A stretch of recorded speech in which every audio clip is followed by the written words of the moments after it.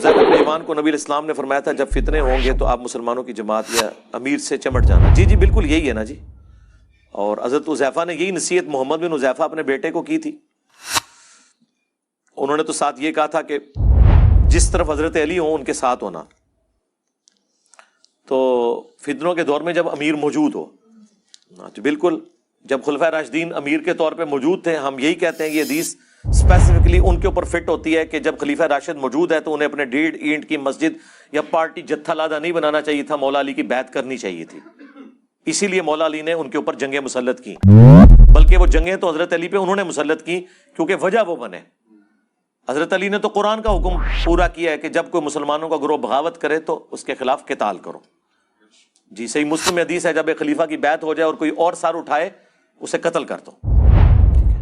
اب یہ چیز یزید کے مقابلے پہ حسین پہ اس لیے نہیں لگتی کہ ہم یزید کی بیعت کو اسٹیبلش ہی نہیں مانتے.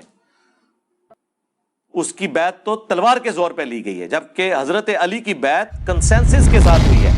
حضرت علی کو انہی صحابہ نے خلیفہ چنا ہے جنہوں نے ابو بکر عمر عثمان کو چنا ہے. اور پھر جو بخاری میں تفصیلی حدیث ہے 3700 نمبر, جس میں حضرت عمر نے 6 رکنی کمیٹی بنائی تھی, علی, عثمان, طلحہ, زبیر, عبد الرحمن بن عوف اور سعد ابن ابی وقاص, اور کہا ان میں سے ایک کو خلیفہ چن لینا. اور اس میں سے بھی حضرت زبیر نے اپنا ووٹ حضرت علی کے حق میں ڈال دیا, حضرت طلحہ نے اپنا ووٹ حضرت عثمان کے حق میں ڈال دیا, حضرت سعد ابن ابی وقاص نے اپنا ووٹ حضرت عبد الرحمن بن عوف کے حق میں ڈال دیا. وہ 6 رکنی کمیٹی صحیح بخاری میں آتا ہے, پھر 3 رکنی رہ گئی.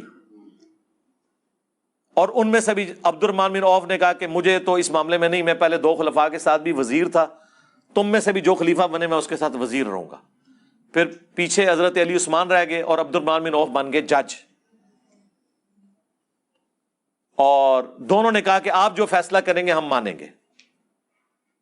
تو عبد الرحمن بن عوف رضی اللہ تعالیٰ عنہ نے کہا کہ پھر جب میں فیصلہ کروں گا پھر انکار کی گنجائش نہیں ہوگی. انہوں نے کہا ٹھیک ہے.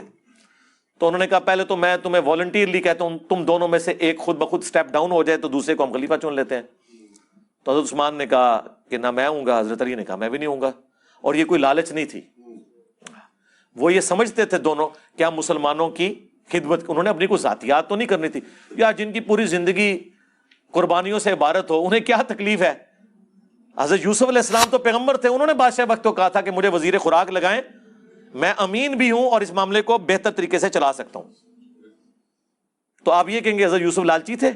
نہیں, وہ سمجھتے تھے کہ میں اس کام کو بہتر چلا سکتا ہوں. جس طرح ہم نے سمجھا کہ ہم دین کا کام صحیح طریقے سے کر سکتے ہیں, اس کے لیے کسی مسجد میں کسی فرقہ کو جوائن کرنے کی, کسی مدرسہ بنانے کی ضرورت نہیں ہے. یوٹیوب پر ڈالیں گے, رسول اللہ کی امت انشاءاللہ سنے گی اور رسول اللہ کے ساتھ اپنا رشتہ مضبوط کرے گی صلی اللہ علیہ وآلہ وسلم.